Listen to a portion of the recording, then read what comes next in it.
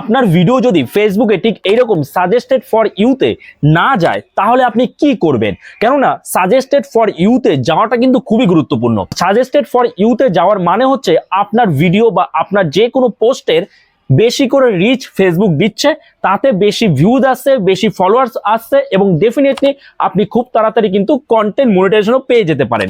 তো suggested for ইউতে আপনি কিভাবে নিয়ে যাবেন, দেখুন এই সম্পর্কে কিন্তু ফেসবুকে টুলস রয়েছে।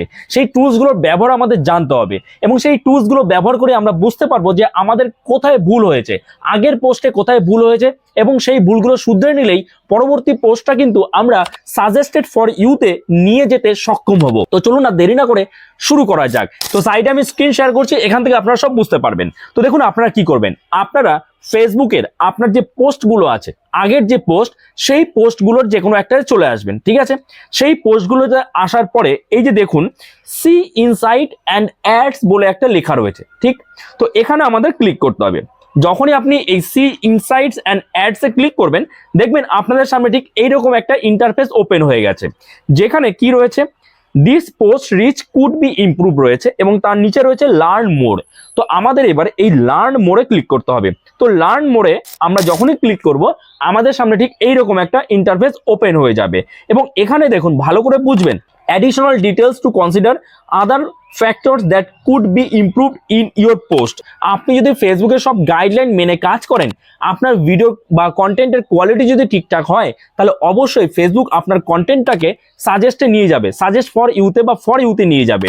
তো এবার দেখুন আমার এই যে ভিডিওটা, এখানে কিন্তু একটা ভুল আছে। কি ভুল আছে দেখুন, বাকি যে বিষয়গুলো রয়েছে হোয়াটস ওয়ার্কিং ফর ইউর পোস্ট, যে আমার পোস্টে যে বিষয়গুলো ঠিক রয়েছে সেটা হচ্ছে আমার রিলে একটা ক্যাপশন আছে, অবশ্যই ক্যাপশন দিতে হবে এবং ক্যাপশনটা ঠিকঠাক আছে।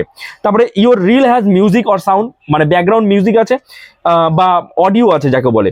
Your reel is in recommended resolution আছে এবং your post contents A video or photo, আমার পোস্টে ভিডিও রয়েছে, মানে ভিডিওই ছিল এটা এবং পোস্ট মানে ফটো আছে। ঠিক আছে, তো এইবার বিষয়টা হচ্ছে ভুলটা কোথায় রয়েছে আমার, তাহলে your reel is not in recommended aspect ratio, আমার যে রিলটা রয়েছে সেটা রেকমেন্ডেড যে অ্যাসপেক্ট রেশিও সেটাই কিন্তু নেই।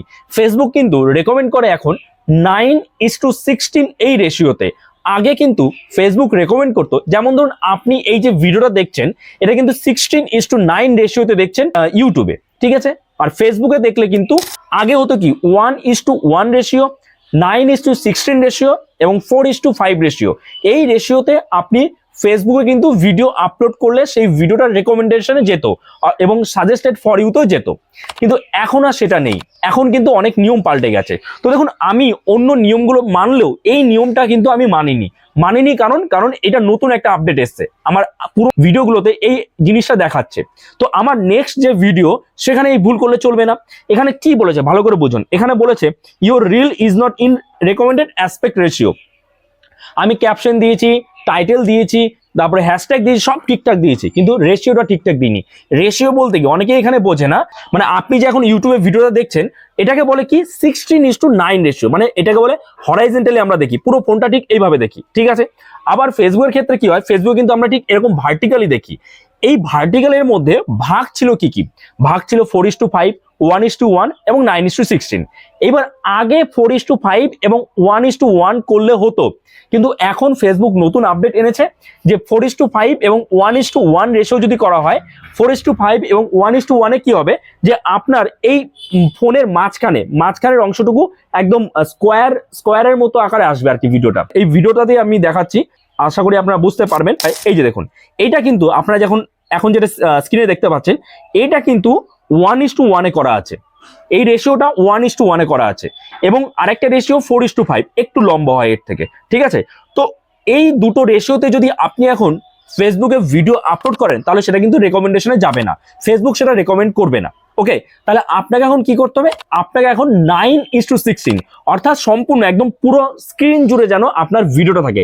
যেমনটা আপনার রিল ভিডিও বানান ঠিক তেমনি যে কোনো ভিডিওই হোক আপনি চেষ্টা করবেন সেটা 9:16 রেশিও। তাহলে আমার এই যে পোস্ট রয়েছে, এই পোস্টে যে ভুলটা রয়েছে যে 9:16 রেশিও আমি করিনি, তাহলে এই পোস্টটা কিন্তু ফেসবুক কখনোই রেকমেন্ডেশনে পাঠাবে না বা সাজেস্টেড ফর ইউতে পাঠাবে না।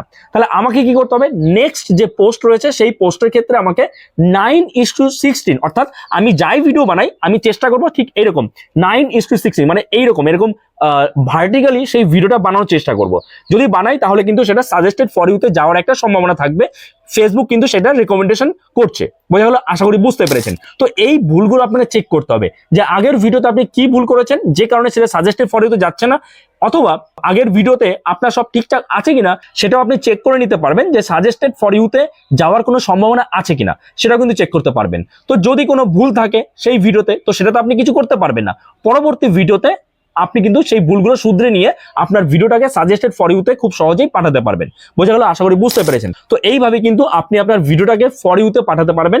তো যদি এই বিষয় নিয়ে আপনাদের কোনো আর কনফিউশন থাকে আপনি অবশ্যই কমেন্টস করতে পারেন, আমি নিশ্চয়ই রিপ্লাই দেবো।